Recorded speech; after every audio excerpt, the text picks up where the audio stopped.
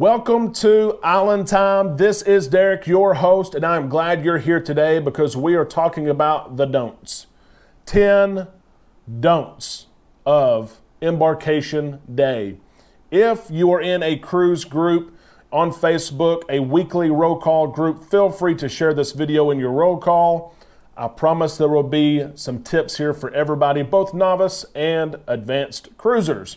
Also, if you have not subscribed to Island Time, come be an islander. Join the community. We put out content multiple times a week that only revolves around cruising. All cruising, all cruise lines. Let's get started. That's why we're here. Number 10, don't assume you'll have access to your luggage immediately. There's often times that your luggage does not get to your cabin door until just before dinner. It may be 4 or 5 o'clock p.m. You may have dinner at 6. So don't assume your luggage will always get there quick. As a result of that, always pack a carry-on bag with anything you need for Embarkation Day. And that could be medicines and things, personal hygiene, things for the bathroom. But it could also be swimsuits, sunscreen, chair clips, things that you need to get your cruise started. I see so often people setting on Lido in clothes that they can't enjoy even being outside, much less taking advantage of the pool and the hot tubs, because on Embarkation Day, they are often empty or relatively empty. So bring that carry-on with important items to really maximize your Embarkation Day. Number 9 on our don'ts, don't get to the port late. It's just as easy to wait in a chair in a lobby at the port as it is to wait at the hotel. Now, if you're cruising, of course, with this great cruise restart in the summer of 2021, then you have specific times that you have to be there. But as soon as your boarding pass says you can get to the port, get there and be ready to cruise. Be ready to go through security, have everything in hand, and be ready to get on the ship and enjoy your day. Don't get there late. Make the most of your Embarkation Day by getting to the port as early as you can. Number 8, do not visit guest services on Embarkation Day unless it is an emergency. Guest services will always be full. 20, 25, 30 people online at a time, people asking a variety of questions. And it could be for an upgrade, which oftentimes doesn't happen, so don't do that. Extra room keys. They may have lost something or forgot something and need something. If you need to visit guest services, wait until the evening of Embarkation Day or wait till your first sea day. It will be much less crowded. And waiting in line at guest services, literally you'll wait there for an hour or more. That just puts a damper on your Embarkation Day and the start of your cruise. Number 7, don't head straight to the buffet. There's so many options now on cruise ships. There's no reason just to head to the buffet to get something. Even if you're hungry and you think it'll be quick, it's usually not the best option on a cruise ship. Oftentimes, places like Guy's Burger Joint, Blue Iguana Cantina, they are better options and less crowded. I'll throw another one at you. If you sail on Carnival Cruise Line, check out Cucine del Capitano. It's an Italian restaurant, and it's usually in the aft part of their ships. It's usually high up as well, and it is usually completely empty. You don't have to book it. You can show up, and it is free at lunch. There is a charge at dinner, but it is free at lunch. Don't head straight to the buffet because that is what most people do. Number 6.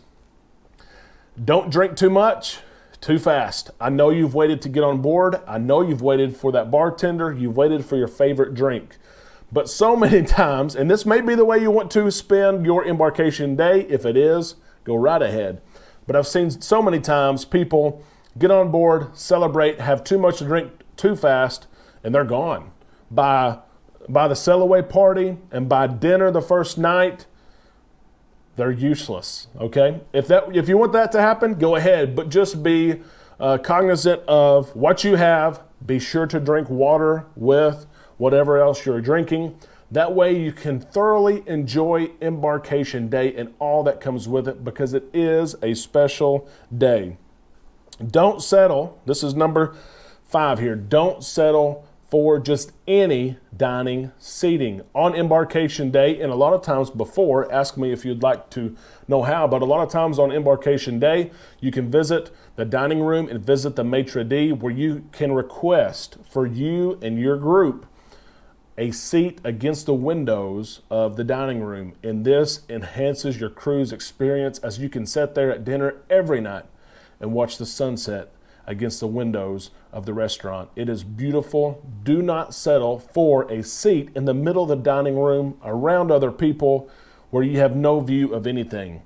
Visit the maitre d', get a table against the windows, and enjoy that sunset every night. You don't get to do that at home.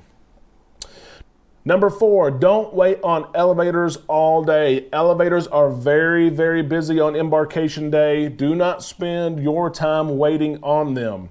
If you can, of course, take the stairs. I know sometimes you can't, but if you can, take the stairs. If you have to use an elevator, stay out of the midship area.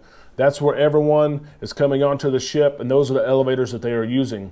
Go to the forward or the aft elevators and use those elevators, even though when you get there, you'll probably see that there's 2 or 4 elevators, sometimes even 6, but a couple of them may be shut down as the cruise line is using those elevators for luggage. So use the aft or the forward elevators, or if you can, use the stairs. It will save you time, and it will help burn off some of that food that you're going to eat all week.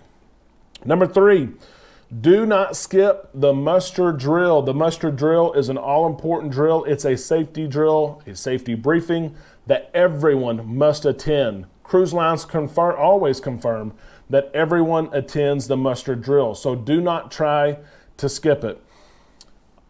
Cruise lines are now, since COVID, going to an e-muster drill, which makes it much easier for you and your group to attend the safety briefing via cell phone or TV in your stateroom.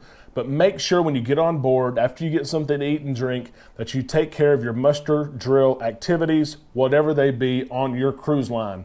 If you do miss the muster drill, the cruise line is going to find you. They're going to have a conversation with you, and you're going to have to partake in whatever training it is. So go ahead and get it done yourself. Get it done as early as possible. That way your cruise can start and you have a great embarkation day. Number 2, don't miss the sail-away. Oftentimes, I'm already busy in another part of the ship when the sail-away party is going on. The sail-away party, I've discovered over a decade of cruising, is one of the most fun events all cruise. And what makes it fun is the people have the energy that's been pent up for weeks or months, or some people don't cruise, but every other year, every 2 years. They're so excited. So the energy on board is awesome, both from the cruise director and the entertainment team and passengers. There's dances that take place, and you don't have to dance if you don't want to. I encourage you to dance. You probably don't know anyone on the ship anyway. You're not going to see them after this week. So dance. If you don't want to dance, just have fun.